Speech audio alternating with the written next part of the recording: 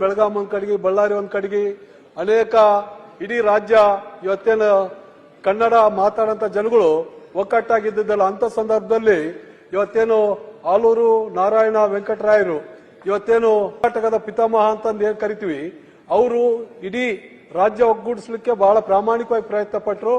ಆ ಪ್ರಯತ್ನ ನಿಜವಾಗಿ ನಮ್ಮ ಉತ್ತರ ಕರ್ನಾಟಕ ಏನು ಜನಗಳು ಹೇಳಂಗೆ ಒಳ್ಳೇದಾಗ್ಲಿಲ್ಲ ಅಂತ ನಾವು ಭಾವಿಸ್ತೀವಿ. ಹಂಗಾಗಿ ಇವತ್ತು ಅನೇಕ ವಿಚಾರಗಳಿದಾವೆ. ನಾನು ತುಂಗಭದ್ರಾ ವಿಚಾರ ನಾನು ಮಾತಾಡಕ್ಕೆ ಇಷ್ಟಪಡ್ತೀನಿ. ಈ ದಿನ ನಮ್ಗೇನು ತುಂಗಭದ್ರಾ ನದಿ ಕೃಷ್ಣ ನದಿಯ ಉಪನದಿ ಆಗಿದ್ದು, ನಮ್ಗೆ ಏನು ಪಶ್ಚಿಮ ಘಟ್ಟದ ವರಹ ಪರ್ವತಗಳ ನಡುವೆ ಏನು ಉಗಮವಾಗಿ ಶಿವಮೊಗ್ಗ ಕೂಡಲಿಯಲ್ಲಿ ಸಂಗಮ ಆಗ್ತಿದೆ ಅಧ್ಯಕ್ಷ.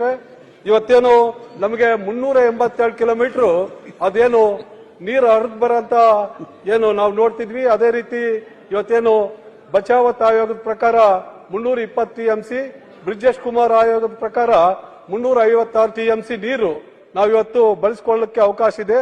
ಆದ್ರೆ ಇವತ್ತೇನು ತುಂಗಕ್ಕೆ ಬರಂತ ತಾಲೂಕುಗಳು ಶೃಂಗೇರಿ, ಹೊರನಾಡು, ಭದ್ರಾವತಿ, ಶಿವಮೊಗ್ಗ ಇಲ್ಲಿರಂತ ಸಂಪೂರ್ಣ ಚರಂಡಿ ನೀರು ತುಂಗಭದ್ರಕ್ಕೆ ಸೇರ್ತವೆ.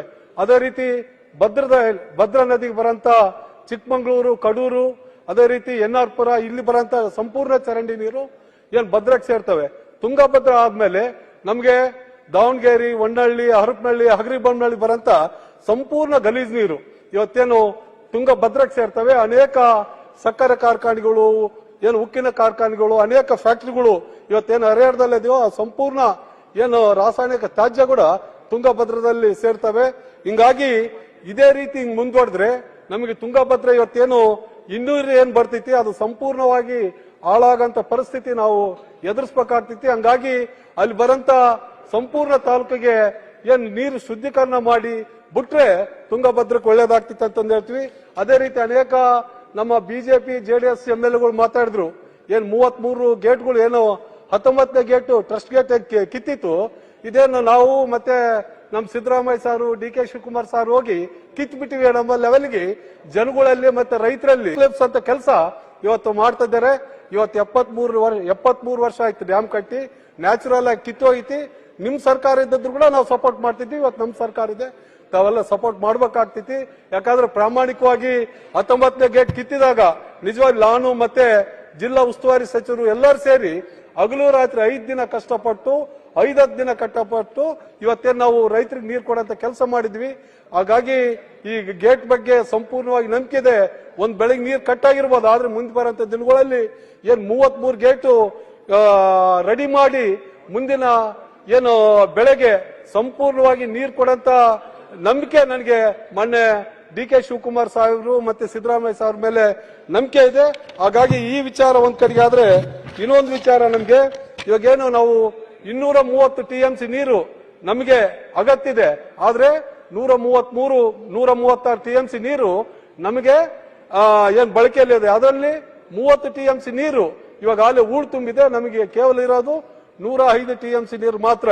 ಹೀಗಾಗಿ ನಮಗೆ ಬಹಳಷ್ಟು ಮುಂದಿನ ದಿನಗಳಲ್ಲಿ ಬಹಳಷ್ಟು ತೊಂದರೆ ಆಗಂತ ಸಂಭವ ಇದೆ. ಯಾಕಂದ್ರೆ ನಮ್ಗೆ ಇವತ್ತೇನು ಮೇಲ್ಭಾಗದ ರೈತರ ಹಿತದೃಷ್ಟಿಯಿಂದ ನಮ್ಗೆ ಭದ್ರಾ ಮೇಲ್ದಂಡೆ ಇರಲಿ, ತುಂಗಾ ಮೇಲ್ದಂಡೆ ಇರಲಿ, ಅದೇ ರೀತಿ ಸಿಗಟೂರು ಇರಲಿ, ಅದೇ ರೀತಿ ಹುಲಿಗುಡ್ಡ ಇರಲಿ, ಅನೇಕ ಏನ್ ಕೆರೆ ತುಂಬಂತ ಯೋಜನೆಗಳು ಇವಾಗ ಮೇಲೆ ಪ್ರಾರಂಭವಾಗಿದ್ದಾವೆ ಅಧ್ಯಕ್ಷ. ಇವು ನಮಗೆ 4 ಜಿಲ್ಲೆ ಇವತ್ತೇನು ರಾಯಚೂರು, ಕೊಪ್ಪಳ, ವಿಜಯನಗರ, ಬಳ್ಳಾರಿ 4 ಜಿಲ್ಲೆಯ ರೈತರಿಗೆ ಹಿಂದಿಂತ ಬರಂತ ನೀರು 200 ನಮಗೆ ಮುಂದೆ ಬರಂತ ದಿನಗಳಲ್ಲಿ ಇನ್ನು 10-20 ವರ್ಷ 50 ವರ್ಷ ಆದ್ಮೇಲೆ ಆ ಬರಂತದ್ದು ಬಹಳಷ್ಟು ಕಷ್ಟ ಆಗ್ತೈತಿ ಅಂತ ನಾನು ಭಾವಿಸ್ತೀನಿ. ಯಾಕಂದ್ರೆ ಆ ರೈತರು ಕೂಡ ಹಿತದೃಷ್ಟಿ ನಾವು ಕಾಯ್ಲೇಬೇಕಾಗ್ತೈತಿ. ಹಾಗಾಗಿ ನಮ್ಗೆ ಇವತ್ತೇನು ಆದ್ರೆ ಏತ ನೀರಾವರಿ ಮಾಡ್ಯಾರ, ನಮಗೆ ಬಹಳಷ್ಟು ತೊಂದರೆ. ಅಂದ್ರೆ ಆ ರೈತರು ಉಳಿಸಿ ನಮ್ಮನ್ನು ಕೂಡ ಉಳಿಸಂತ ಕೆಲಸ ಮಾಡಬೇಕು. ಹಾಗಾಗಿ ಮೇಲಿರಂತ ರೈತರು ಹಿಂದೆಲ್ಲ ಭತ್ತ ಬೆಳೀತಿದ್ರು ಸನ್ಮಾನ್ಯ ಅಧ್ಯಕ್ಷ. ಭತ್ತ ಬೆಳಿಬೇಕಾದ್ರೆ ಆ ನೀರು ಅಂದ್ರೆ ಭತ್ತ ಹರಿಸನ್ ಮೇಲೆ ನೀರು ಪುನಃ ನದಿಗೆ ಬೀಳ್ತಿತ್ತು. ಇವಾಗ ಏನಾಯ್ತು ಅಧ್ಯಕ್ಷ, ಕರಾವಳಿ ಮತ್ತೆ ಮಲೆನಾಡು ಭಾಗದಲ್ಲಿ ಅಡಿಕೆ ಬೆಳೀತಿದ್ದಾರೆ ರೈತರು. ಅಡಿಕೆ ಬೆಳೆಯಂತ ರೈತರಿಗೆ ಇವತ್ತೇನ್ ನಮ್ ನೀರು ಇವತ್ತೇನ್ ಮುಂಗಾರು ಬರಂತ ನೀರು ಬಹಳಷ್ಟು ವಿಳಂಬ ಆಗ್ತಿದೆ. ಅದೇ ರೀತಿ ಏನು ನಮ್ಗೆ ಮುಂಗಾರು ಬರಂತ ನೀರು ಬಹಳಷ್ಟು ವಿಳಂಬ ಆಗ್ತಿದೆ. ಹಿಂಗಾರು ನಮ್ಗೆ ಬರೋದು ಪೂರ ಸಂಪೂರ್ಣವಾಗಿ ಜೀರೋ ಆಗಿದೆ. ಹಂಗಾಗಿ ಇದನ್ನು ಕೂಡ ನಾವೇನು ಆಲೋಚನೆ ಮಾಡಬೇಕಾಗಿದೆ ಅಧ್ಯಕ್ಷ. ಅದಾದ್ಮೇಲೆ ಇವತ್ತೇನು ತುಂಗಭದ್ರಾ ಬೋರ್ಡ್ ವಿಚಾರಕ್ಕೆ ಬಂದ್ರೆ ಅಧ್ಯಕ್ಷರು ಮತ್ತೆ ಕಾರ್ಯದರ್ಶಿಗಳು ಇಬ್ಬರು ಕೂಡ ಸುಮಾರು 4-5 ವರ್ಷ 10 ವರ್ಷ ಒಂದು 5-6 ವರ್ಷದಿಂದ ಅಧ್ಯಕ್ಷ ಅವರೇ ಕಾರ್ಯದರ್ಶಿಗಳು ಅವರೇ. ನಮ್ಗೆ ನಮ್ಮ ಕರ್ನಾಟಕ ಅಭ್ಯಂತರ ಇದಾರ ಯಾವುದೇ ಕೆಲಸಕ್ಕೆ ಪ್ರಯೋಜನ ಇಲ್ಲ, ಯಾವ್ದು ಡಿಸಿಷನ್ ಕೂಡ ತಗೊಂಬಕ್ಕಾಗಲ್ಲ. ಹಂಗಾಗಿ ಇವತ್ತು ಅವ್ರು ಏನ್ ತೀರ್ಮಾನ ಮಾಡ್ತಾರೋ ಅದೇ ಫೈನಲ್.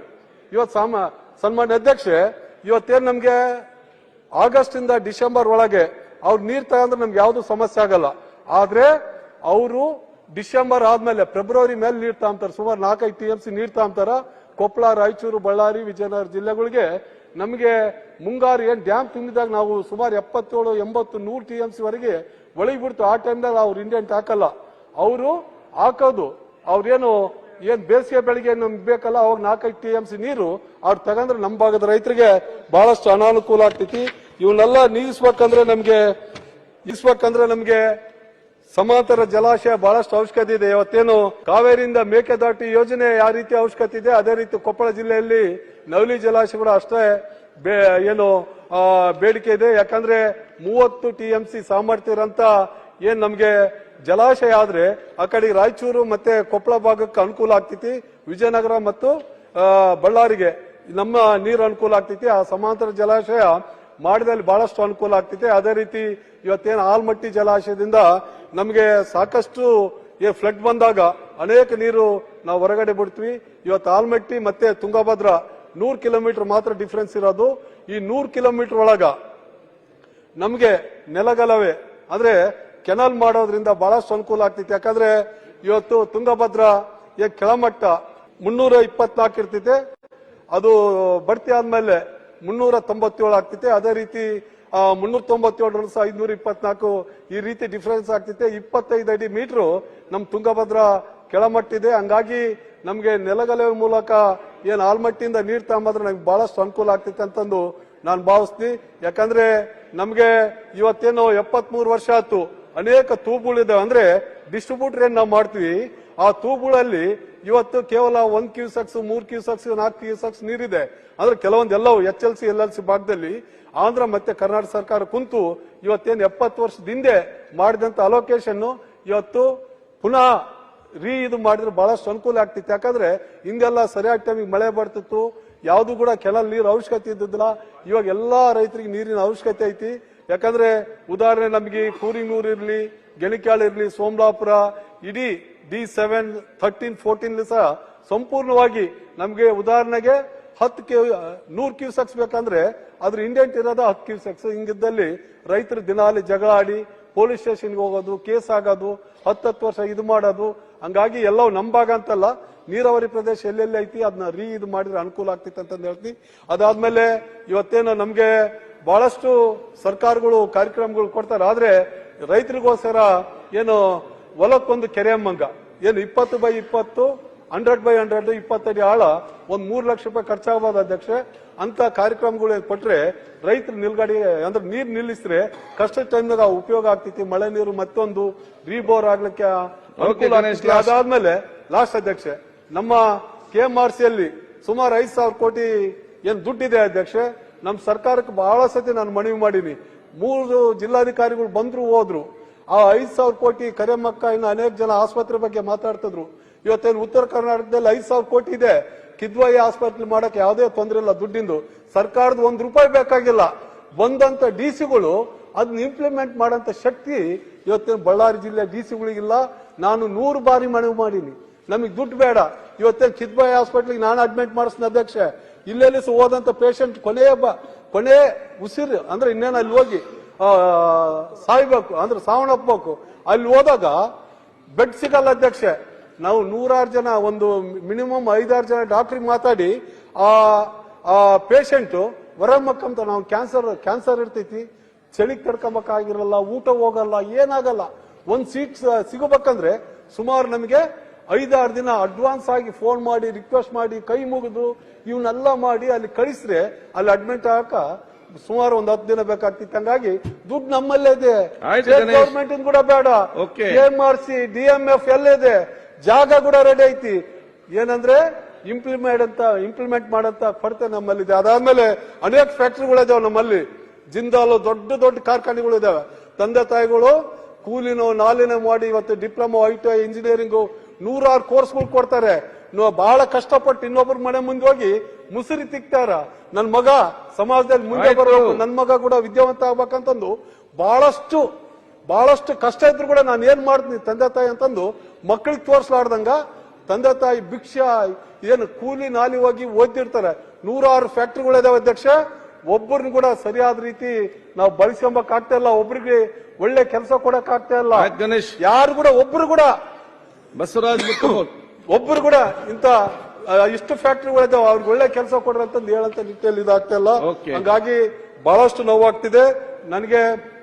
ತಮ್ಗೆ ಹೇಳೋದಿಷ್ಟೇ, ಇವತ್ತು ಮುಂದೆ ಬರುವಂತ ದಿನಗಳಲ್ಲಿ ಇವತ್ತೇನು ನಮಗೆ ಬಳ್ಳಾರಿ ಜಿಲ್ಲೆ ಮತ್ತು ವಿಜಯನಗರ ಜಿಲ್ಲೆ ಇಲ್ಲಿರುವಂತ ಕಬ್ಬು ಬೆಳೆಗಾರರು ನಮಗೆ ISR ಫ್ಯಾಕ್ಟರಿ ಇತ್ತು ಅಧ್ಯಕ್ಷೆ, ಕಂಪ್ಲಿ ಶುಗರ್ ಫ್ಯಾಕ್ಟರಿ ಇತ್ತು, ಉಲಿಗಿ ಶುಗರ್ ಫ್ಯಾಕ್ಟರಿ ಇತ್ತು, ಇವು 3 ಫ್ಯಾಕ್ಟರಿ ಇತ್ತು. ಅಲ್ಲಿರುವಂತ ರೈತರಿಗೆ ಕಬ್ಬು ಬಿಟ್ಟು ಬೇರೆ ಬೆಳೆದ್ ಕೊಡ್ತಿಲ್ಲ. ಈಗ ಬದಲಾವಣೆ ಆಗಿದೆ.